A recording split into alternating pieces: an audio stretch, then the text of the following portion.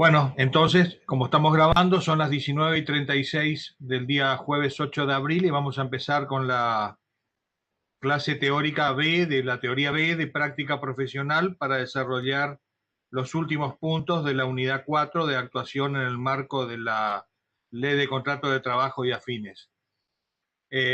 Bueno, tal cual lo que veníamos hablando en la clase pasada, que se puso linda a pesar de que se cortó y que tuvimos que volver a comunicarnos o a conectarnos inmediatamente después. Digo esto porque esto que estamos hablando, esto que estamos conversando, si se quiere, es un poco la actividad profesional que uno ejercita, desarrolla, se involucra, incumbe, medio que inmediatamente, incluso muchos antes de recibirse, quien tiene cierta practicidad, afinidad y expertise con conceptos laborales, ya está liquidando sueldos de algún convenio de algún sector en alguna empresa o para alguien. O sea que no me extraña, no está mal tampoco que uno haga un poco de práctica. De hecho, los liquidadores de sueldo de antes, los antiguos liquidadores de sueldo o prácticos, no eran contadores, eran personas, colegas, amigos, colegas no, amigos o responsables del área de recursos humanos que estaban muy acostumbrados. De hecho, yo me acuerdo recién recibido, trabajé y aprendí una persona que no era contador.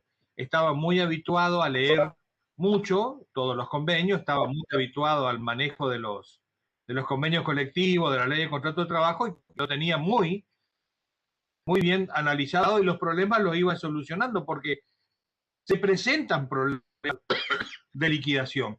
Ahora vamos a desarrollar un poquito los conceptos y se van a dar cuenta, vamos a ir viendo que algunos conceptos o algunos detalles se pueden complejizar en su cálculo.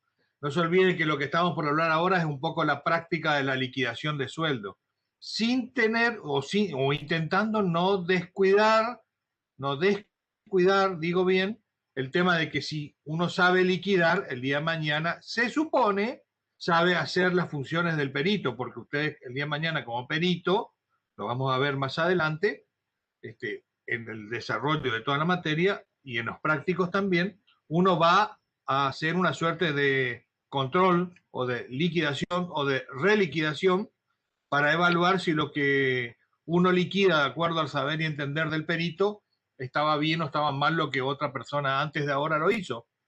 Ustedes saben que es más fácil controlar que hacerlo. El riesgo de quien hace siempre queda latente porque es más fácil, siempre digo yo que es mucho más fácil controlar lo que otro hizo y encontrar errores que hacer uno, porque uno se encuentra con las dudas, las inquietudes, los problemas y los tiene que resolver. Y a veces lo resuelve en ese momento de la mejor manera posible y el momento del control, el del perito, es otro totalmente distinto que pudo no haber tenido la vicisitud tuvo liquidarlo, o sea, nosotros a lo mejor ahora. Obviamente que no pediría un trabajo hecho por nosotros mismos. Nos estaríamos en situación de estar en una manifiesta cuestión de incompetencia. Pero muchas veces uno liquida sueldo y otro colega, mucho tiempo después, en una pericia, analiza y dice, ¿cómo pudo haber hecho esto fulano? ¿Cómo? ¿Esto está mal? ¿Esto está mal? Bueno, obviamente que muchas veces uno liquida los sueldos de acuerdo a los datos que tiene, a veces uno liquida los sueldos con las pautas que tiene. Hoy en día las pautas se han modificado enormemente en términos de liquidación de sueldo.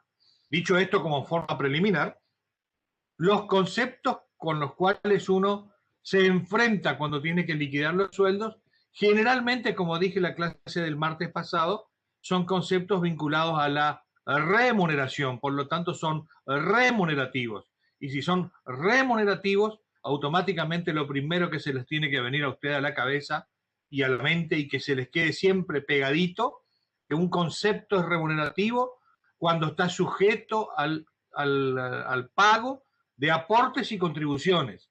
Y en este esquema es importante que ustedes sepan que en nuestro país rige, yo lo llamo impuestos laborales, un régimen de aportes y contribuciones. Los empleados hacen sus aportes, que son las denominadas retenciones, que se aplican sobre los recibos de sueldo y a su vez el empleador, la CUIT, tiene contribuciones, porque son aportes y contribuciones patronales sobre la misma remuneración de sueldo. O sea que cada peso dado está sujeto a doble tributación. Una parte la tributa, la financia el mismísimo dependiente, otra parte la tiene que financiar el empleador. Esto, en esos términos, implica una tributación. Por eso yo doy en llamar impuestos laborales. Esto significa que cuando uno tiene que liquidar los sueldos, toda vez que se exprese el concepto remunerativo, ustedes tienen que saber que eso va a estar sujeto a retenciones y lo que ahora es un concepto denominado bruto, retribución bruta, remuneración bruta, sueldo bruto, no es lo mismo que decir neto. El neto va a ser el bruto menos ese cúmulo de retenciones que en general están vinculados a conceptos cuasi fijos y algunos que pueden llegar a variar. Los cuasi fijos, y digo esto porque hay excepciones que los vamos a ver en algún momento del desarrollo, o lo van a ver en algún momento del desarrollo de la parte práctica, están vinculados con lo que se llama el aporte jubilatorio, que anda en el orden del 11%, la ley 19032, que es una ley que obliga a los empleadores a retenerles de las remuneraciones y pagar otro porcentaje, y está en el orden para los institutos nacionales de servicios sociales para jubilados y pensionados. Es el aporte de los activos para financiar los haberes de los pasivos, digamos, para que se entienda, o sea, de los jubilados actuales.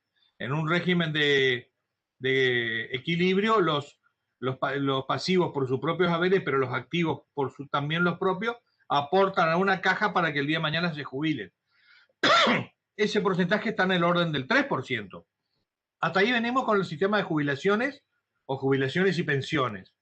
También existe otro que tiene que ver con el sistema de las obras sociales, con el mismo concepto cuasi obligatorio o cuasi inamovible. Estamos en el orden de, para las retenciones, del 3%. A cada uno de estos porcentajes que mencioné, 11, 3, 2, existe otro porcentaje como contribución patronal que después les voy a explicar cómo se deposita y cómo se paga y cuándo, que es el famoso tema de las leyes sociales. Por lo pronto, sigo con el desarrollo de los conceptos a los cuales voy a aplicar los porcentajes, y me queda ahora por mencionar las partes de las cuotas o los aportes sindicales. Los sindicatos también tienen una parte obligatoria y una parte facultativa o no obligatoria. Es optativa por parte del empleado, pero generalmente está en el orden, depende, puede variar los gremios, alrededor del 2%. Y a partir de ahí también depende el gremio, depende el convenio, mejor dicho, más que el gremio, pueden aparecer conceptos vinculados a federación o a los sindicatos, sino son las entidades por encima de los sindicatos, que generalmente están en el orden de del 2%. Fíjense que venimos sumando 11 más 3 más 3 más 2 y en el caso puntual de las federaciones puede ser un 0,5%, y nos puede estar quedando, en algunas provincias existe también aparte un tributo a las remuneraciones. En el Chaco existe, se aporta, es un tributo más, un porcentaje de aporte y uno de contribuciones que se llama aporte o fondo para la salud pública, que anda en el orden del medio o el 75%, puede variar de acuerdo a la remuneración del empleado. O sea, fíjense que si entramos a sumar, al monto bruto de 100 pesos habrá que detraerle, habrá que deducirle, habrá que quitarle por la vía de las retenciones un 11 más un 13, un 14, más otros 3, 17, más 2 son 19, más otro medio, 19 y medio, o 20, o 21. Generalmente nosotros los contadores, cuando estamos haciendo un presupuesto, maneras globales, generalmente tomamos que entre el 20 y el 21% representan las cargas, en este caso las cargas personales, porque son retenciones personales, con lo cual por cada 100 pesos pagado habrá que, o 10 pesos pagados, o 1000 pesos pagados por el monto que se consigne como bruto, habrá que deducirle, habrá que restarle ese porcentaje de 20-21%. La diferencia entre el valor bruto y el valor neto son justamente la detracción de todos estos. Por eso, insisto, muchas veces es importante que lo tengan claro, que cada vez que se establezcan pautas, siempre se habla de valores brutos. Digo esto porque muchas veces ustedes se confunden y cuando mencionan un monto, lo asumen como que es neto, salvo que exactamente el concepto diga que la asignación especial, por ejemplo, y la hay muchas últimamente, es no remunerativa. Si es no remunerativa, el monto que se liquide y se pague es igual el bruto que el neto porque no sufriría ningún tipo de descuento. Y usted diría, bueno, pero ¿qué diferencia hay que se otorguen valores que son sujetos al pago del impuesto o no? Muchas veces cargar con costos adicionales a los empleadores respecto a cada monto de sueldo otorgado genera un efecto no deseado para el Estado respecto del pago de los aportes y las contribuciones. Primer efecto, que es tributario, previsional, impositivo. Segundo efecto, si uno quiere llegar rápidamente al bolsillo de las personas, lo que tiene que otorgar es una retribución, un haber, un concepto que sea no remunerativo, porque entonces se asegura que si otorgo 5.000 pesos, por ejemplo, últimamente hubo varios, esas asignaciones extraordinarias no remunerativas en algunos convenios, se estuvo liquidando últimamente, de una suma fija, porque no estaba en función de lo que gana el empleado, de 5.000 pesos, 4.000 pesos, pero eran bruto y neto a la vez, o sea, netos, porque no tiene descuento. Esos 5.000 pesos van directo al bolsillo, al haber neto, porque si no se pacta de esta manera, los montos que se consignen son brutos. Y una manera muy sutil de no discutir, o porque no se puede discutir por pauta salarial, nuevos aumentos es negociar a través de las negociaciones colectivas el pago de determinados conceptos o adicionales que van por fuera de la escala salarial, pero que se paga en algunos casos como bruto y otros, como acabo de mencionar, como neto. Pero no figuran o no están sumados a los respectivos haberes. ¿Qué quiero decir? A los haberes que están en la escala. ¿Qué quiero decir con esto? Que para esta altura del partido deberíamos empezar a desandar cómo se liquida un recibo de sueldo, aunque deduzco que todos ustedes lo conocen porque lo han visto en varias materias previas a esta y debería ser parte del conocimiento previo que tienen, pero quien repasa, la idea que tenía era, primer concepto que aparece en la mayoría de los recibos de sueldo, lo que se denomina sueldo básico. El sueldo básico, que es aquel que está vinculado a la categoría que tiene el empleado y un monto, la categoría que se le asigna al convenio y el monto que le atribuye la escala salarial. Porque muchas veces, como les dije, en la ley están previstos determinados conceptos macro. En los convenios están previstos los conceptos y las denominaciones y las justificaciones o explicaciones o de desarrollo conceptual de qué es retribución, qué es una licencia, qué es un SAC, qué es hora extra, a pesar de que está en la ley también. Pero el caso de los servicios extraordinarios, de las horas extraordinarias. Pero los convenios establecen la cantidad de horas que se trabaja y en las escalas salariales que se aprueban, en la oportunidad en que se aprueban y en la oportunidad en que se van ajustando valores, están previstos los montos sobre los cuales hay que liquidar los recibos de sueldo. El primer concepto, el primer detalle que aparece es normalmente el sueldo.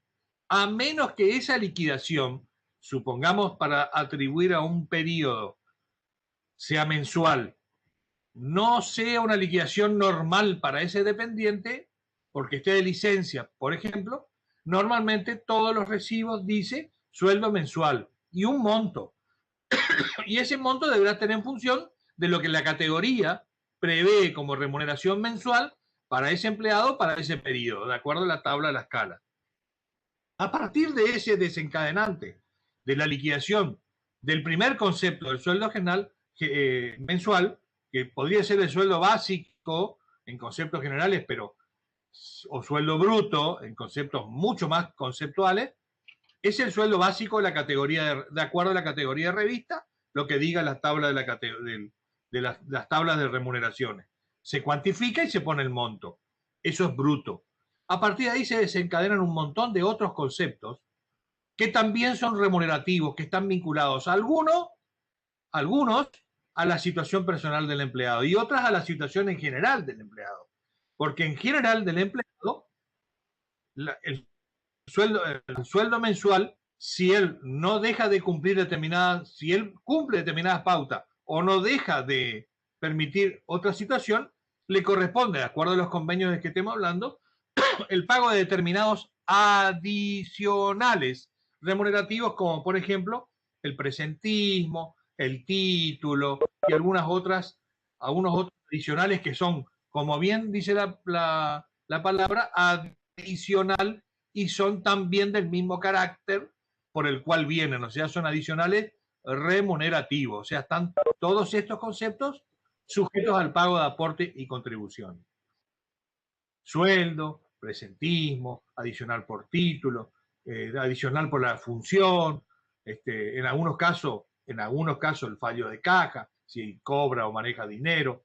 Esas son algunos de los adicionales que por convenio le corresponden.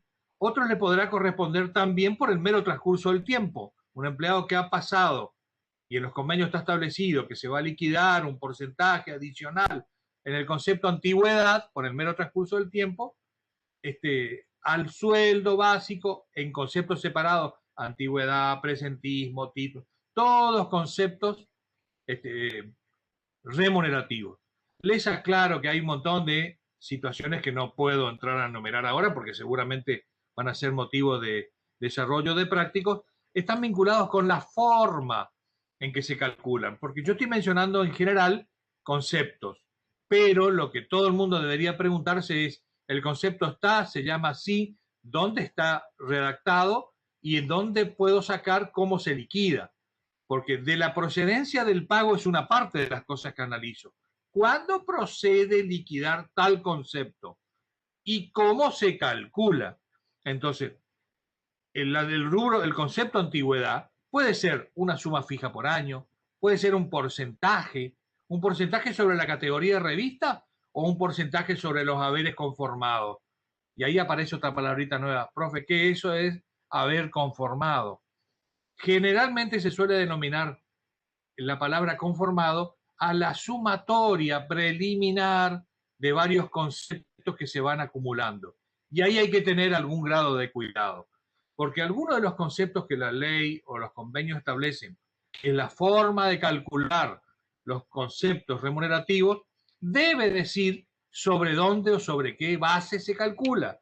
Y si la base sobre que se calcula es sobre el sueldo mensual o el sueldo básico, es una cosa. Y si hay que calcular sobre el haber conformado, es otra cosa porque previo al cálculo del concepto hubo que haber conformado el saldo, el sueldo conformado o el sueldo base para este cálculo, que hubo que haber sumado otros conceptos previos y sobre la sumatoria aplicar el porcentaje, lo cual no es lo mismo.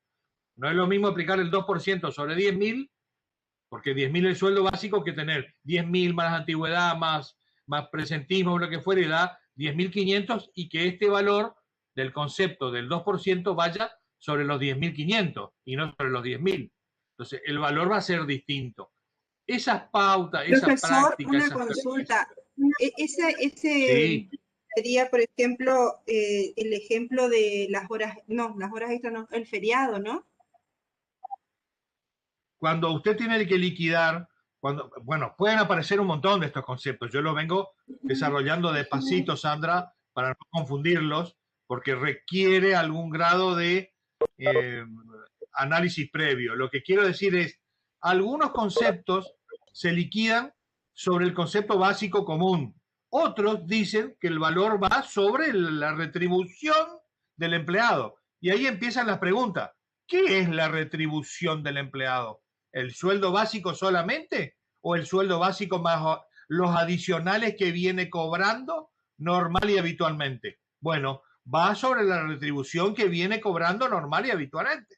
Con lo cual, si él viene cobrando sueldo y antigüedad, dentro del sueldo conformado de él, está cobrando todos los meses tanto el sueldo básico más tanto de antigüedad. ¿Por qué no se calcularía sobre la base acumulada de los dos conceptos? Ahora, algunos otros, y hay que mirar bien los convenios, establecen determinados adicionales y no utiliza la expresión sobre el sueldo o retribución del empleado. Dice sobre el sueldo básico. Quiere decir que ese porcentaje de ese concepto, en ese caso, va a ir sobre el sueldo básico.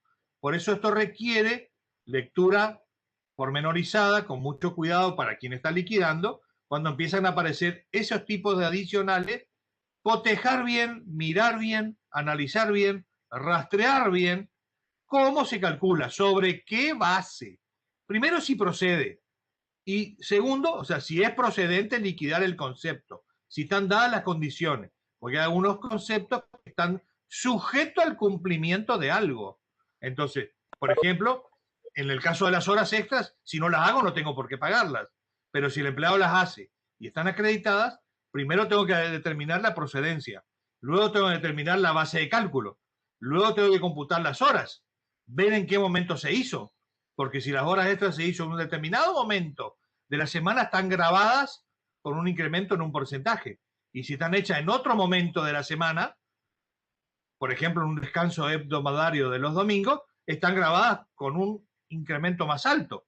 Entonces, todo esto requiere determinada practicidad. Yo entiendo que a veces, para quien no le gusta mucho o no lo vio antes, puede involucrar previamente algún grado de tratar de entender. Estoy tratando de tirarles, Sandra, y a todos, unas pautas globales, pero van a surgir seguramente un montón de dudas que habrá que ir analizando concepto por concepto. Si usted me pregunta, ¿la antigüedad cómo se liquida? Depende del convenio. Algunas son suma fija, algunos son porcentaje. Algunos convenios establecen que ese porcentaje, si es suma fija no habría problema porque a todo el mundo se le paga el mismo monto. Cada año que pasa son 5.000 pesos más, 5.000 pesos más. No estaría en función del sueldo, sino es una suma fija. Algunos convenios los tienen, otros no lo tienen. Pero si fuera un porcentaje, debería ser un porcentaje. ¿Sobre qué valor, profe? Ah, bueno, algunos convenios dicen que ese porcentaje es sobre el sueldo básico. Otros dicen sobre el sueldo conformado. Con lo cual puede haber otros conceptos que sumados al básico hagan que este sea mayor que el básico, obviamente, y sobre ese va aplicado el porcentaje. Esto puede hacer variar mucho los cálculos que se hallen, porque si yo multiplico, como dije recién, un porcentaje sobre un valor único, es una cosa, y si yo multiplico el mismo porcentaje para calcular un concepto sobre algo que ya tiene sumado algo arriba, le estoy incrementando algo. Y lo que hay que tener algún grado de cuidado es no hacer anatosismo, o sea, no aplicar un porcentaje sobre algo que era un porcentaje del de arriba, porque si no se va los números al diablo. Entonces, ese detalle, ese cuidado respecto a todos los conceptos adicionales y remunerativos que aparezcan, pueden ser motivo de análisis y de discusión, de sentar un criterio, siempre leyendo algo que en realidad no es un único lugar. Es el convenio y es la tabla de tareas y categorías y convenios que rija la actividad. Y se pueden encontrar en una misma empresa liquidando ustedes varios dependientes y de varios convenios, porque muchas veces en las empresas cuando son grandes, una parte de los empleados están bajo un determinado convenio y otros bajo otro convenio, entonces tienen pautas distintas para liquidar el mismo concepto a la misma masa salarial según en qué convenio le rija la actividad. Todas estas complicaciones pueden pasar en el ejercicio de la liquidación de haberes. Y obviamente el perito el día de mañana cuando viene y mira, determina y punto. Y cuando uno liquidó con un montón de problemas, se encontró con un montón de cuestiones que hubo que haber resuelto en su momento y tal vez la resolvió como pudo. Y a lo mejor no estaba totalmente ajustada a derecho. Con lo cual, las diferencias pueden saltar.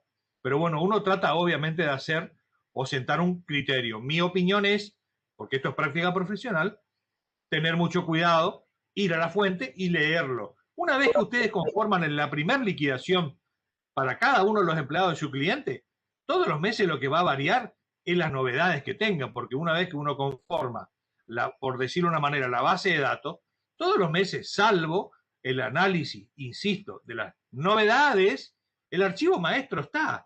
O sea, todos los meses liquido los sueldos, de acuerdo. ¿No hay aumento? No. Listo. ¿No hay novedades? No. Listo. Todos los meses salen los recibos de sueldo por los mismos montos. Va a haber que tener cuidado cuando los empleados cambian por la antigüedad. El valor de la antigüedad el mes pasado era tanto y este mes, como tiene un año más, puede ser otro monto. Esas cuestiones puede ser control, pero eso es auditoría de liquidación. No es liquidación, porque en un sistema enlatado o desarrollado, el cálculo lo hace en forma automática todos los meses la computadora. Todos los meses la computadora mira fecha de liquidación MMAAA contra MMAAA que tenga el empleado y determina todos los meses qué antigüedad tiene y recalcula con el concepto el porcentaje y saca el monto, porque multiplica por el sueldo básico, supongamos. Todo eso lo hace en forma automática. Va de uno, nosotros, porque hay que tengamos presente, vamos a separar la paja del trigo. Nosotros podemos ser liquidadores de sueldo, podemos ser auditores de liquidación de sueldo, podemos ser peritos. Son tres situaciones distintas. El liquidador de sueldo, que puede ser un jefe de RRHH, está liquidando los sueldos con el sistema que tenga. Algunos asisten de planillas auxiliares para controlarse, liquidan con el sistema, pero llevan planillas de Excel auxiliares que ellos no mal entienden, pero que a ellos les sirven para controlar, porque después está el jefe de liquidaciones que tiene que mirar si todo eso está bien. Quien audita los sueldos tiene que saber qué cosas tiene que buscar. No se va a poner a liquidar todos los meses los sueldos de todos los empleados de la empresa, porque si no sería una locura, es reliquidar todos los meses todo. Hay que saber dónde buscar los detalles. Ese mismo saber dónde buscar me puede servir el día de mañana siendo perito. Me voy y sé dónde encuentro la aguja en el pacal, porque estoy buscando este tema. Pero eso lo da un poco, como dije recién, y siempre lo digo, en la práctica, la expertise de haber estado liquidando muchos años sueldos o jornales o lo que fuera, porque esto puede ser jornal también, y de varios convenios, con lo cual ya tiene parcialmente visto un montón de situaciones que pueden hacer que uno detecte más o menos rápido las situaciones que se dan. Ahora bien, dije todo esto porque aparte, cuando uno liquida, van a aparecer un sinnúmero de cosas y no quisiera que se me escapen tantas, por eso estoy tratando de hacer memoria de que no se me escapen tantos detalles que quiero tratar de decirles para agrandarle un poco la cabeza de todo esto, o hacerle doler la cabeza con todos estos temas. Porque a veces uno cuando liquida la antigüedad, esa antigüedad a la cual me estoy refiriendo cambia, perdón, cambia en forma automática porque tiene distintos años de antigüedad y más uno me va a decir, profe, ¿y cómo era el tema de la antigüedad? Bueno, el tema de la antigüedad es otro tema, porque ¿cómo computan la antigüedad? La forma de calcular la antigüedad, y esto puede variar en los convenios, hay convenios que establecen que cada vez que porque uno cuando registra la alta temporada de un empleado pone la fecha de ingreso. La antigüedad va a estar en función de que cada año, cuando llega esa fecha en ese mes, tiene un año más de antigüedad a todo el mes. Entró en marzo del año 2020, en marzo del 2021 ya tiene un año más de antigüedad. En marzo del 2022 va a tener otra y así sucesivamente. O sea, sigue el criterio del año aniversario, del año cumpleaños, por decir así. Cumplo años en la empresa y tengo un año más. Hay otros convenios que no dicen eso. Hay otros convenios que regulan que se computa la antigüedad al último día de cada año. Todos los años a tal fecha caen todas las antigüedades y a todos les suma uno. Hay convenios que establecen eso de lo dividido por semestre. Todos los empleados que entraron del 1 al 30 de junio, el 30 de junio tienen un año más, a partir del 1 de julio, un año más de antigüedad. Y lo mismo en diciembre para el segundo semestre. Puede haber de todo en la fiesta. Entonces hay que tener cuidado. Por eso digo. ¿Corresponde el pago del concepto de antigüedad? Sí. ¿Cómo se calcula? ¿Cómo se determina? Y un porcentaje del sueldo por año. ¿Cuándo se computa el año? Fíjense todas las preguntas que me vengo haciendo. A la fecha en que por el recibo tenga fecha, perfecto. Quiere decir que la liquidación de sueldo que todos los meses hagamos, una de las pautas de control es todos aquellos empleados que tengan fecha de ingreso en marzo, cuando liquide los sueldos de marzo, deberán tener un mes más de antigüedad. Y como puedo tener un listadito de las fechas de ingreso de los empleados, todos los meses donde me coincida, porque puede que no muchos, porque la empresa a lo mejor tomó muchos empleados en marzo y después no tomó más ninguno hasta septiembre. Es obvio que las liquidaciones de sueldo de marzo van a tener un montón de empleados que cambian de antigüedad, pero después eso no se va a dar hasta septiembre, salvo que en junio tomó uno. Bueno, ese en junio también va a cambiar cuando corresponda. Y pautas como esas son las que uno tiene que ir elaborando en forma adicional y tener anotado como si fueran de auditoría, de pautas de auditoría selectiva de control respecto a las liquidaciones de sueldo. No me quiero demorar porque aparte yo tenía la intención de hacer una reunión mía profesional en el estudio en un rato, iba a venir gente por un tema puntual mío y no me quería extender mucho porque quería pedirles que me presten 10 o 15 minutos de la clase para terminarla antes. Pero quiero dejar sentado que los conceptos son remunerativos, que empieza por el sueldo mensual o sueldo básico, se agregan adicionales que generalmente son remunerativos, que todos estos, sumados de una o de otra manera, conforman el total de haberes brutos, sueldo básico conformado sobre ese monto acumulado, la sumatoria de esto, se calculan los porcentajes a los cuales aludí recién, jubilación, la ley 19032, Instituto Nacional de Servicios Sociales Jubilados y Pensionados, el régimen nacional de las obras sociales, todos esos porcentajes retenciones o aportes personales, lo que hace el empleado. Toda esa sumatoria menos todo descuento dan un neto. Ese es el neto a pagar. Ese es el monto que habrá que ir acreditado en la caja de ahorros si está bancarizado, que debieran estarlo. Hace mucho tiempo la legislación previó obligatoriedad de los empleados en que estén bancarizados.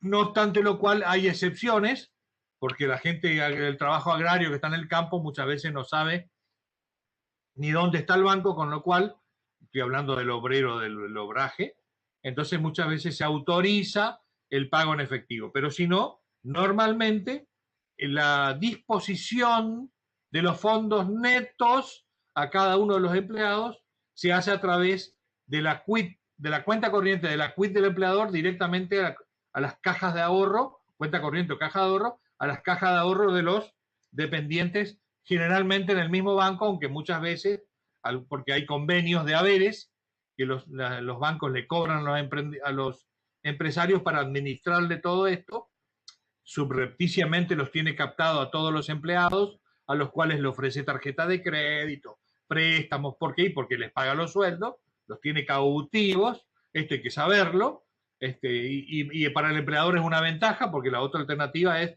desde la cuenta corriente todos los meses transferir a CBU, a cuentas corrientes o a caja de ahorro en otros bancos, con el consiguiente riesgo, problemas, tiempo de acreditación. No se olviden que hay plazos legales para pagar 3 días hábiles inmediatamente vencido, como máximo, vencido la liquidación de un mes o de quincena.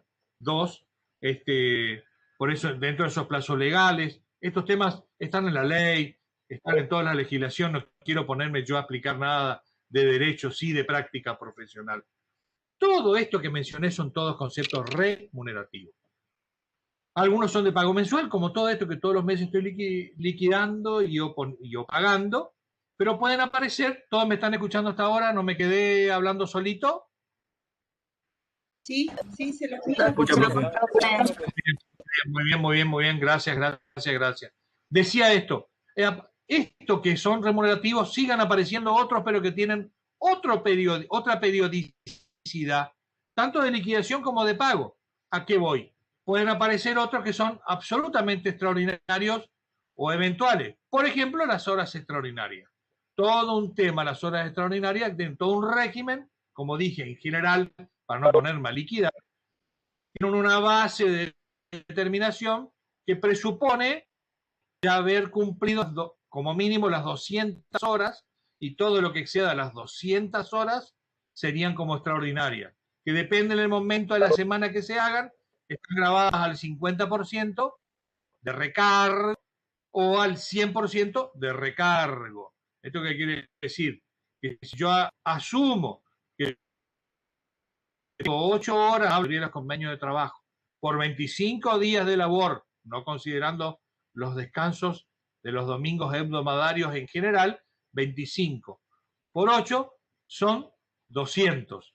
200 es la base sobre la cual asienta un devengado de trabajos efectivamente hechos, digamos, por llamarlo de una manera, por encima del cual habría que adicionar recargos en la hora.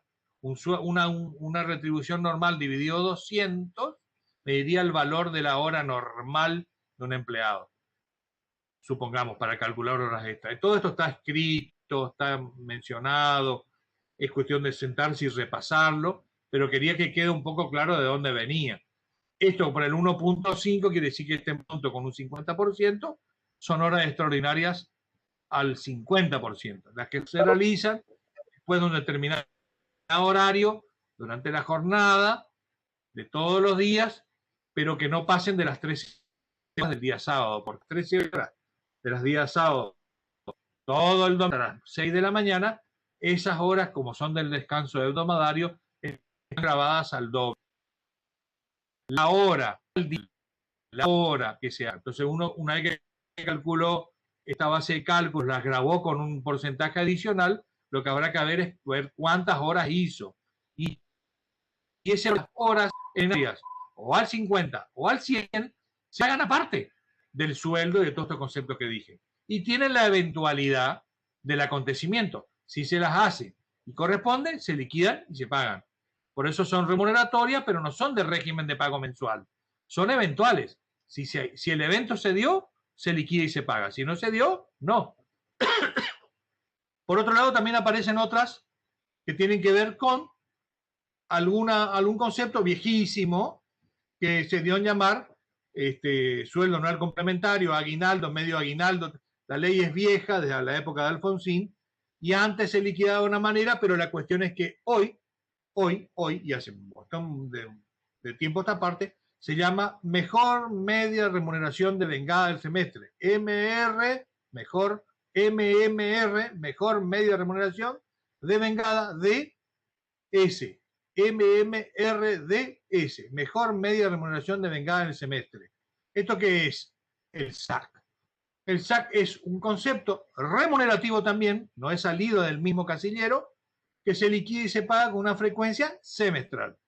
Se devenga y es la mejor media remuneración de vengada del semestre. Esto quiere decir que habrá que ver cuánto fue la remuneración de enero, la de febrero, la de marzo, la de abril, la de mayo y la del mismísimo junio, mirar cuál de las 6 es la mejor, dividir por 2 la mejor media remuneración de vengada, esté o no esté pagada, de vengada del semestre.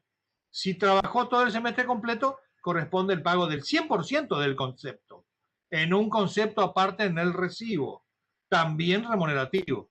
Si no trabajó o no devengó los 180 días devengados de un semestre, base 180, porque es devengado y no efectivamente trabajado, habrá que proporcionar, por ejemplo, en el plan que entró el 1 de febrero, no podría cobrar en junio todo el aguinaldo como que trabajó el semestre entero, porque todo no estaba en enero, no existía él, entró en febrero. A él habrá que proporcionarle, por el régimen de proporción directa, el monto que calculé es para los 6 meses, divido por 6, multiplico por 5. Sería la proporción de 5 meses para 6. Se entiende, creo. Cuando los días sean más complicados porque no entró un 1 de febrero, entró un 17 de marzo, lo que habrá que ver es cuántos días del devengado habrá que quitarle, porque ya no son 180, van a ser la cantidad de días que hay desde el 17 de marzo a junio, porque esa es la proporción de este periodo en 180. Lo que estoy proporcionando es el periodo y después multiplico por el monto para poder hallarlo lo más aproximado posible. Las técnicas pueden llegar a variar en tanto y en cuanto no hagan variar conceptualmente, cuantitativamente, los montos a liquidar. Y ante la duda, indubio pro operario. Si un cálculo me da 253 y por la otra vía me da 256, está muy cerquita y evitate problemas, liquidad 256. porque si el día de mañana se somete a opinión y la diferencia era muy poca, lo más probable que los costos y los gastos y los honorarios, o sea, las costas de un reclamo sean más altas que los 2, 3 o 4 pesos de diferencia que en el momento de liquidar me planteó la inquietud y no supe cómo resolver. Y yo pensando en mi cliente, le puse el más barato y después terminó siendo un fiasco. Como nobleza obliga, digo, muchas veces uno ante la duda prefiere liquidar un poquito más. Ante la duda de una liquidación por poca cosa, no estoy hablando que sea el doble o el triple, porque ningún empleador, cliente del estudio donde ustedes liquidan, le va a aceptar un planteo como este. Pero si las diferencias no son significativas, lo más probable, razonable, criterioso es, ante la duda, a favor del empleado, y el día de mañana, si es reclamo, uno tiene algún papel de trabajo armado en algún lugar para mostrar que en realidad los cálculos daban tanto y ante la duda liquidé con los 4 pesos, 5 pesos, 10 pesos de más, 20 pesos más, 100 pesos de más, para que quede, digamos, debidamente acreditado la voluntad de que el empleador no tuvo la intención de perjudicarlo pecuniariamente al empleado en la metodología del cálculo. Porque muchas veces uno, la mayoría de los empleados piensa que usted con el cálculo me marea y me termina perjudicando. Que dejen asentado, otro comentario personal, dejen asentados los papeles de trabajo, los cálculos auxiliares que hacen, de dónde sacan. Y si tienen posibilidad de poner norma legal aplicable, NLA, pónganlo. Artículo tal, ley tal, artículo tal, convenio, artículo tal. Pongan al lado una columnita donde dejan asentado las normas legal aplicables. ¿Qué es lo que leyeron? ¿De dónde leyeron? ¿Qué párrafo tomaron? ¿Cómo lo interpretaron? Para que cuando llegue el día de mañana todo esto esté documentadamente justificado o fundado. Esa es una opinión personal, no todos la dicen, algunos dicen hace esto y punto. Mi opinión es que cuando las cosas se complejizan, siempre es importante tener el papel de trabajo, el machete, el cálculo auxiliar, la planilla anexa, que puede o no formar parte integrante del trabajo visible, pero sí el papel de trabajo del contador, del profesional, como en los balances, como en las conciliaciones, en la auditoría, como los borradores que uno guarda y las determinaciones impositivas, el ajuste impositivo al balance contable, el recálculo de las amortizaciones, todo esto que son trabajos estrictamente profesionales que se los van a encontrar el día de mañana con seguridad. Tómense el trabajo de ir dejando papeles de trabajo, porque aparte es más fácil, porque uno agarra, repasa, mira el papel de trabajo y se recuerda qué hizo, porque no hay peor cosa que cuando pasa el tiempo viene y le dice, ¿qué hiciste acá? Oh, qué sé yo, ya ni me acuerdo lo que hice. Bueno, pará, tengo papeles de trabajo. Guardé los papeles de trabajo magnéticamente hablando en soporte. Todos los meses tengo un archivito donde están todas las novedades y los papeles de trabajo. Eso es de uso personal de ustedes. No hace falta exhibirle a nadie. Solo para ustedes. Es más, están de ustedes que el día que no estén más en la empresa se lo llevan.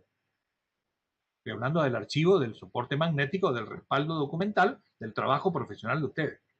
Porque eso no es un papel de la empresa, es un papel del profesional o del responsable que liquida. Con lo cual, es un papel de trabajo de ustedes. Una carpeta aparte en algún lugar, copiado en un pendrive cada tanto y me lo llevo y lo tengo guardado en mi notebook, en mi casa, o en mi estudio, o donde fuera. Pero es el trabajo, el respaldo profesional y técnico al trabajo de ustedes, como norma, como criterio, como paradigma, ese es el tema. Lo tienen que tener claro, porque si no el día de mañana vienen los problemas y parece como que nadie me abrió los ojos en ningún momento de que yo tenía que actuar así. Dicho esto, sigo, para terminar, son 20 y 20, les voy a pedir cortar unos minutos antes, pero vamos a seguir hasta lo último. Nadie me dice nada en el chat, con lo cual quiere decir que todo el mundo me está escuchando, y si no, alguien me lo advierte, porque por ahí me quedo solo. Solo en la madrugada como el negro Martínez. Yo quiero decir ahora que cumplí con las remuneraciones de pago mensual, cumplí con algunos conceptos en explicar del tema eventual, como las horas extras, y ahora salí con el semestral.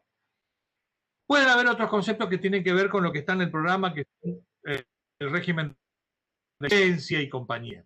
Los convenios, la ley establece, y los convenios pueden mejorarlo, esto también ya lo dije en clase, la situación de la cantidad de días que le corresponde al empleado tomarse como licencia anual ordinaria. De la licencia hay un montón, porque hay licencias normales, las ordinarias, y después están las otras, las extraordinarias. Y algunos convenios establecen otros tipos de licencia. Pero voy por lo sencillo. La licencia anual ordinaria, la que generalmente los empleados salen de licencia, los empleados, los dependientes, las cuiles, salen de licencia en oportunidad del otorgamiento, entre octubre y marzo, de la liquidación en el mes que corresponda. O sea, si se fue en octubre y tenía un sueldo, la licencia está sobre ese monto. Y si en enero hubo aumento de sueldo y el que se fue en enero, la liquidación de sueldo sale más alta. Y sí, porque en el momento que se fue de vacaciones, el sueldo era otro. Y más de uno decía, ay, si me hubiera en enero me cobraba más. Está bien, pero te fuiste en octubre. O sea que en realidad, de la oportunidad del otorgamiento de octubre a marzo, normal y habitual, si no hay que excepcionarlo, porque es algo en un periodo que la ley no lo prevé. Respecto al cálculo, el cálculo normalmente está vinculado a la retribución normal y habitual del empleado en la oportunidad en que sale de licencia. Sobre la base de los sueldos de enero, liquido y pongo a disposición las licencias. Y hay un conceptito muy importante que no quiero que se me pase. Las licencias son anuales, se gozan y se pagan, pero son siempre remunerativas. O sea, están dentro de todo lo que vengo hablando. Porque hay otras del mismo color, pero de otro tamaño y entidad. Porque las que no se gozan, también hay que pagarlas, pero se la paga como una indemnización y no como una retribución. La licencia anual ordinaria, las vacaciones en general, los 14, 21, 28, 35, o la proporción que corresponda, porque puede no tener la antigüedad. Y cuando dije 14, 21, 35, 28, 35, dije porque los tramos de licencia están en función a la antigüedad que tenga un empleado.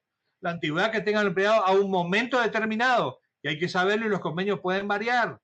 Entonces, todos estos temas hay que ir masticándolos a medida que van apareciendo, desmenuzándolo, y cuando aparece el concepto hay que ir a la ley o al convenio y desarnarse, practicando, repasando, analizando y marcando eventualmente dudas o inconsistencias, que a uno se le puede presentar respecto a la procedencia del pago, la oportunidad del pago, la metodología del pago y el momento del pago, que son situaciones de 4 ejes distintos de análisis. Entonces, voy por partecitas si se quiere. La licencia anual se liquida en el momento que corresponda, de acuerdo a la antigüedad que tenga, la cantidad de días que corresponda al convenio, a la ley y o al convenio, que puede ser más o mejor que la ley. Si no, la ley, a la que yo refería hoy, 14, 21, 28, 35, son las que están en la ley, como tramos por antigüedad que hay, que varía. Pero habrá que proporcionar si tiene antigüedad de cómputo mínimo. Proporcionar en la misma forma que veníamos proporcionando el SAC. Puede corresponderle menos días de los 14, 7 días, 8 días, 9 días de licencia. El cálculo es sueldo dividido 25, que son los días de trabajo efectivo, me da un valor que es el jornal de vacaciones, porque el mismo sueldo dividido 30 es un jornal diario, pero el mismo sueldo dividido 25 es un jornal de vacaciones.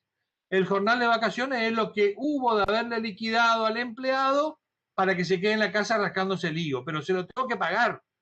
O sea, se liquidan y se pagan y se gozan. No tiene que venir el empleado a trabajar. Se queda en la casa y cobra más que si hubiera trabajado. Sí, señor, cobra más que si se hubiera trabajado. Lo dice la ley. Un empleado que se queda y trabaja cobra el sueldo de 30 por día. Y un empleado que se queda en la casa y está de licencia y se la tengo que liquidar, esos días que está en la casa, esos días no valen sueldo dividido 30, valen sueldo dividido 25. Como el denominador es más bajo, el monto más alto, obviamente, entre contadores. Quiere decir que los días que él está en su casa, al empleador le cuesta más. Sí, señor, es así. ¿Los dos son remunerativos? Sí, señor. En los 30 días que tiene, o 31 días que puede tener un mes cualquiera, 14 está en su casa de licencia y 17 trabaja, o 16 trabajando. La suma de los dos conceptos, la suma de los dos de las dos cantidades, días trabajados y licencia, no deben superar los que tenga el mes en cuestión. Si es enero serán 31, si es febrero serán 28, si es marzo será 31, en abril 30. La suma de los 17 más 14, 16 más 14, 14 más 14, nunca debe superar la base de cálculo. Ahora, los montos son distintos. Y sí, porque el monto que partí, el sueldo básico o el sueldo conformado, el que debió haber percibido, sueldo, antigüedad, presentismo, horas extras si la tuvo como eventual, mejoraron el haber sobre el cual liquido. Ese sueldo dividido 25 da un numerador mucho más alto que dividido 30. Esos meses, en vez de aparecer sueldo básico, van a aparecer dos conceptos: días trabajados y vacaciones. Y ambos tienen la misma entidad en cuanto a su sumatoria. Y a partir de ahí, depende cómo armaron las liquidaciones, irán o no todos los adicionales. Porque si los conté a los adicionales antes de dividir por 30 y por 25, los adicionales no van acá. Pues si no, estaría computando dos veces. Entonces, guarda con la liquidación de los sueldos en determinado momento para no meter estos hierros que son elementales. Esto surge de la revisión del trabajo serio que tienen que hacer ustedes cuando están liquidando. Y otro de los conceptos que guarda vinculación, y con esto medio como que voy avanzando para pasarme al otro lado, tiene que ver con ese mismo concepto perdón, de licencia anual, que cuando no se gozó porque hubo distracto laboral, o sea, una ruptura laboral, las debo pagar igual, aunque no las gozó. Pero como no las gozó, las tengo que pagar bajo la vía del concepto como si fuera indemnizatorio. Y cuando hablamos de indemnizatorio, lo primero que se le tiene que venir a usted a la mente y no olvidarse nunca más, jamás, es que las indemnizaciones no sufren ningún tipo de descuento. Quiere decir que las indemnizaciones son netas, son no remunerativas, no están sujetas al pago de aporte y contribuciones, porque se supone es un castigo que la ley le otorga al empleador, que por haber destruido o roto la relación laboral, a veces no es atribuible al empleado, porque un empleado que renuncia y no salió de vacaciones, le voy a tener que pagar las vacaciones que no gozó y las voy a tener que pagar bajo el concepto de indemnización por vacaciones no gozadas. Y sin embargo, yo no lo eché. Él renunció. Listo. Con lo cual, no todo lo que brilla es oro, no todo lo que digo es totalmente así. Hay algunos bemoles que hay que tener cuidado. Espero que hasta ahora se me entienda. Trato de ser lo más explicativo posible, desarrollador posible, explicando como si fuera un desarrollo de película y no de foto, para que se entienda. Si algo no se me entiende, ruego se me interrumpa. No me molesta. Pero voy a esto. Este concepto cambia de color, cambia de forma, cambia de color, cambia de forma, porque es un concepto remunerativo que deja de ser remunerativo por la parte indemnizatoria y cambia de esencia. El concepto de vacaciones es remunerativo, pero vas a ser no remunerativo cuando la tengo que indemnizar porque las vacaciones no fueron gozadas. Dicho esto, y aclarado esto, podemos avanzar sobre otros conceptos. Las que también son indemnizaciones son aquellas que se liquidan y pagan cuando hay distracto laboral, ahí sí ya hay distracto laboral, y son las que la ley permite liquidar de indemnizaciones por la antigüedad, cuando uno rompe o destruye la relación laboral, y aquella otra que prevé determinados tipos de indemnizaciones por estar vinculadas a la falta o falta de sustitución o falta de aviso, como si fuera el preaviso. La ley establece que cuando uno va a destruir la relación laboral, a hacer un distracto, debe preavisar al empleado, como también está previsto que el empleado deba preavisar al empleador en un cierto tiempo, y si no, la ley castiga con el cálculo de un adicional que generalmente está vinculado por la cantidad de sueldos.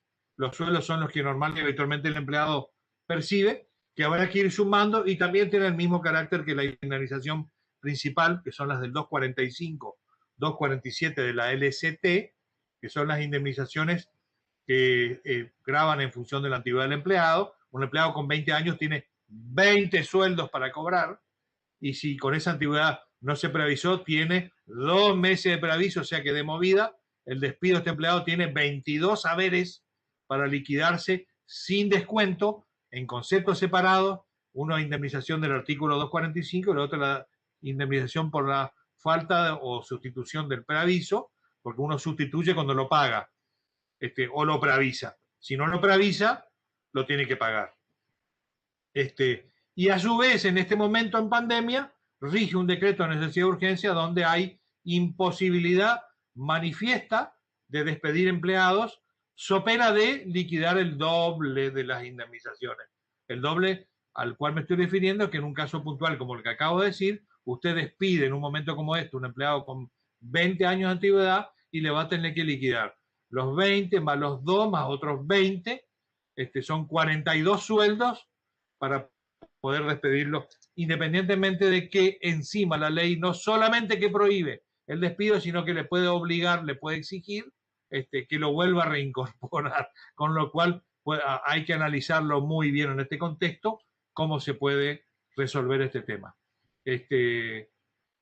Hablé también entonces de las remuneraciones, de los conceptos que no son remunerativos, son conceptos que integran la remuneración, liquidación, composición, determinación, cómo se forman los conceptos remunerativos, los no remunerativos, feriados, descanso, las vacaciones, autolicencia. Puede haber un montón de situaciones que hagan variar a lo que acabo de mencionar.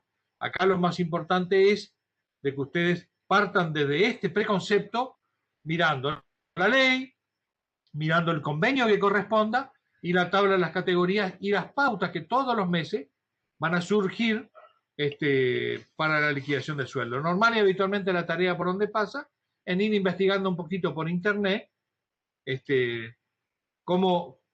qué pautas hay para este mes. Por ahí no hay pautas aprobadas, porque muchas veces se escucha por los medios, se ve que hay negociaciones, pero no termina homologándose el aumento, con lo cual hay que tener mucho cuidado cuando uno liquida y paga un aumento que no está homologado, porque si después por algún motivo, razón o circunstancia no se homologa, el monto que fue pagado por la empresa porque nosotros liquidamos creyendo que se iba a homologar y no se homologó por algún motivo, es derecho adquirido. ¿Qué quiere decir? Que los empleados pueden plantear, a nosotros ya nos pagó el aumento que después no salió, pero ya forma parte de nuestra retribución, y se van a ver en figuritas para explicarle a su cliente de que usted, siendo benévolos, le liquidaron, porque después aprueban, y si no hay que liquidar, reajuste. Bueno, a veces sucede y hay que tener mucho cuidado. A veces es preferible no liquidar el aumento, y cuando salga, si sale retroactivo e involucra u obliga a que reliquidemos meses ya liquidados, liquidaremos reajuste, diferencia de haberes, lo cual es trabajo o más trabajo para nosotros y tal vez con el mismo valor de honorario o de sueldo. Pero peor sería que le carguemos, tal vez digo, y es una opinión discutible, le carguemos a nuestro cliente con el grosero error de haberle liquidado un aumento que no estaba homologado y después no se homologó y quedó el aumento en el aire. Y el empleador ya lo liquidó y lo pagó. Entonces, todos estos temas hacen un poco a la métier, al desarrollo, a lo que no hay que hacer, que es lo que yo pretendo que se hable en clase, por lo menos las mías, porque a mí no me interesa ponerme a leer lo que dice el artículo tal de la ley tal. Eso dejo para ustedes. Yo quiero que acá intercambiemos experiencias, comentarios, inquietudes, dudas, preguntas. Este es el espacio para hablar esto, me parece a mí. Por eso yo insisto sobre esta metodología de dictado de clase, de apertura mental, de apertura de análisis, de saber qué mirar, qué buscar, por dónde buscar, abrir la mente, pensar como profesionales. Esa es mi idea. Si a ustedes no les parece mal, yo entonces ahora les hago una pregunta. ¿Todos hasta aquí más o menos entendieron, más o menos, more or less, entendieron lo que estuve explicando, más o menos mirando el programa? Cuestión de que yo me quede tranquilo, si les puedo pedir para interrumpir la clase acá y continuar, por supuesto, el martes. Sí, se entendió, profesor. Sí, se entendió. Todos, bueno. Hoy no tuvimos corte, así que para los 30 y pico que se quedaron haciéndome el aguante, les agradezco mucho. Yo estoy grabando esta clase. A partir de la semana que viene se la voy a poner la voy a poner a disposición. Vamos a coordinar. Yo les voy a mandar el martes mi celular, aunque creo que todo el mundo lo tiene, y en todo caso por WhatsApp, yo les voy mandando las clases y las van, porque yo aparte tengo que descargar el sitio, nos piden que descarguemos del sitio Cisco Weber, porque si no ocupamos mucho espacio en el almacenamiento. Yo los voy a ir bajando en mi computadora y se los voy a ir mandando en la oportunidad en que coordinemos con ustedes para que les llegue de la mejor manera. Más o menos, estoy abierto a la consulta, en algún momento voy a poner mi correo electrónico, aunque creo que todo el mundo lo tiene, por si alguno en algún momento quiere utilizar la vía del correo electrónico, copia y pega la pregunta y yo por esa misma vía se la respondo. La idea es que no se queden con las dudas, con lo cual yo les ruego que, obviamente, primero miren, analicen, busquen, quedan dudas al profe. Para eso estoy, para eso me pagan. ¿Estamos de acuerdo? Sí, profe. Una consulta. Sí, dele. Una consulta. Sí, Adrián. De la práctica laboral. El tema del pago de haberes por cuenta bancaria. ¿Qué validez legal hay si una empresa le hace firmar a los empleados que renuncian al pago de la cuenta bancaria? Que existe, digamos. Sí, es cierto. Ezequiel habla, ¿no? ¿Ezequiel? Sí, profe, sí. Ezequiel, mira, el tema es el siguiente. Yo comenté muy rápidamente de que para excepcionarse de la obligatoriedad de la bancarización de los haberes, por norma están exceptuados todos aquellos trabajadores que tengan mucha distancia entre el lugar de pago donde hay entidades bancarias y su domicilio de residencia. Esto es muy frecuente y están todos casi excepcionados aquellos que tienen afectados o están vinculados a convenios de trabajos rurales. Si está por ese lado, es más fácil conseguirse la excepción. Yo diría que por supuesto hay que hacerle firmar a todos y a cada uno de los empleados una petición al empleador donde ellos le dicen al empleador que no les pague por banco por tal y cual razón. Obviamente que esto está prendido con un clipcito porque la autoridad de aplicación, los organismos de control, se han dado cuenta que muchos hacen la nota y la hacen firmar y en realidad son comercios que están en el centro y los empleados hasta tienen cuenta bancaria y le pide que le paguen en efectivo.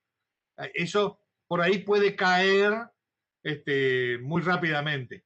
Si uno cubre determinados aspectos, por ejemplo el convenio, la distancia, lo que fuera, puede ser más fácil defendible, Ezequiel. Pero si no, puede uno quedar sujeto a que insisto, la autoridad de aplicación, la DPT, la Dirección de Trabajo, detecte que los empleados no están cobrando bancarizados y todos viven en la ciudad y hasta detecta que algunos tienen cuenta bancaria. ¿Y por qué no le pagan en la cuenta? Entonces, con esa salvedad, con esa limitación, con esa óptica un poquito reducida, no tendría problema, pero cubriéndonos de que la petición, que no fue una decisión del empleador, fue un pedido aceptado de los empleados por el empleador de que no se les pague a través de cuenta bancaria y argumentando alguna fundamentación, que habrá que buscarla detenidamente para justificar, para que no quede muy en evidencia, muy palmaria, la excepcionalidad no fundada. Porque acá uno va a decir, voy por la excepción y no tengo fundamento para pedirlo. Espero que se entienda lo que quise decir. Sí se entiende, profe, sí se entiende. A eso iba porque conozco casos en comercios de acá de Resistencia que hacen eso, digamos, le hacen firmar a los empleados que ellos no quieren cobrar por cuenta bancaria. Sí, es cierto. Es cierto. Por eso dije, vamos a ser innominados, pero es cierto que muchos, y a veces son los colegas, nosotros mismos los que sugerimos, digo, me involucro, no soy yo, pero muchas veces le decimos al empleador, no, hacerle firmar esta nota, le pasamos el modelo y después lo guardamos. Entonces no nos vemos obligados a que deposite. Eso tiene ventajas y desventajas. Cuando, a ver, ¿qué quise decir con esto? Y espero que lo entiendan lo mejor presentado posible. Cuando yo no estoy obligado a transferir los haberes por el sistema bancarizado de sueldo, los plazos son flexibles. Porque cuando el empleado me firma, yo le pongo fecha 3 de abril y le pagué el 15, nadie me va a decir nada el día de mañana respecto a la mora laboral en el pago de los haberes.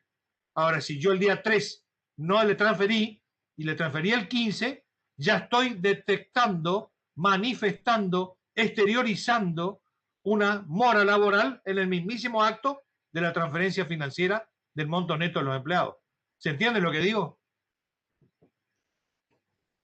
Sí, profe. La pregunta era si el sustento legal también, digamos, ¿cómo sustentamos eso nosotros el día de mañana que nuestro cliente tenga problemas, digamos, por eso? Yo soy de la idea que al cliente hay que decirle todo lo que yo dije.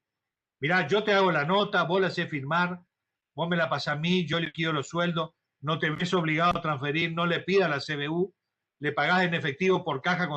Pero el día de mañana viene un inspector previsional, un inspector de AFIP, un inspector de la DPT y hace comentario por qué los empleados no cobran sueldo bancarizado y habrá que explicarle y uno le va a mostrar la nota. Y te va a decir, está bien, la nota piden ellos, pero usted, empleador, sabe que la norma dice que deben estar bancarizados. Entonces, va a quedar ahí en esa nebulosa de la responsabilidad compartida entre quien pide lo que no corresponde, pero está firmado por el empleado, y quien se hace el loco, empleador digo, que la dejó pasar sabiendo que en realidad es vidrioso. Digo, si la actividad está dentro de lo que la norma establece como excepción, nadie va a decir nada, pero si no está previsto, hay que buscarle bien los fundamentos. Por ahí alguno podría ser, pero es vidrioso. Yo no vivo en Resistencia, vivo en Benítez y trabajo acá en Resistencia todos los días. Bueno, está bien, en Colonia Benítez no hay ni un banco, o puedo vivir, no sé, en alguna otra localidad más lejos, o en algún barrio privado donde no hay banco, pero bueno, podrías venirte a Resistencia, tener tu cuenta y retirar por cajero en cualquier momento. ¿Cuál sería el escollo de no tener cuenta bancaria y que te transfieran? Claro, la cuestión de la cuenta bancaria es, yo recién lo dije solapadamente también, que los bancos cuando tienen cautivo 20 o 30 cajas de ahorro de clientes de empresarios, de clientes de empleados de empresarios, los tiene cautivo también por los haberes, las tarjetas, le ofrecen préstamos. A los bancos también le interesa. Entonces también los bancos instigan o castigan, yo no sé hasta dónde, incluso a veces no denuncian, que hay un empresario, un comerciante que tiene cuenta en el banco, se sabe que tiene empleados, pero no los tiene bancarizados ahí. Algunos tienen más de banco y tienen bancarizado en otros, pero hay algunos empresarios que tienen cuenta en varios bancos y en ninguno tiene convenio de haberes. ¿Qué quiere decir? Y uno va y mira la planilla de la 11.544 y tiene 10 o 12 empleados en el comercio. Y no tiene ni un convenio de haberes con ninguna entidad bancaria. ¿Cómo están cobrando los 11 empleados? O 12 o 13 o 15. ¿Se nota? ¿Se entiende? Uno va y mira 2 o 3 indicios y se da cuenta enseguida para encontrar temas. Pero bueno, todo esto es un poco práctica profesional. Quiero que lo entiendan y que traten de pensar como yo, en el sentido de que intento que no se me escape. Un segundito, por favor. Anita, dame 2 minutos, ya te llamo. 2 minutos. Una llamada telefónica de la reunión que tenía. Si no les parece mal, o mejor dicho, si les parece bien, nos podemos encontrar a las 19:30 del día martes. ¿Están todos cómodos? ¿Están todos conformes? ¿Está todo bien? Sí, profesor. Buenísimo, profe, bueno, gracias. Buen fin de... Por favor, gracias a ustedes, buen fin de semana y nos vemos el martes 19:30 tratando de ser siempre puntuales. Me comprometo. Gracias por todo. Profe, hasta luego. Hasta luego.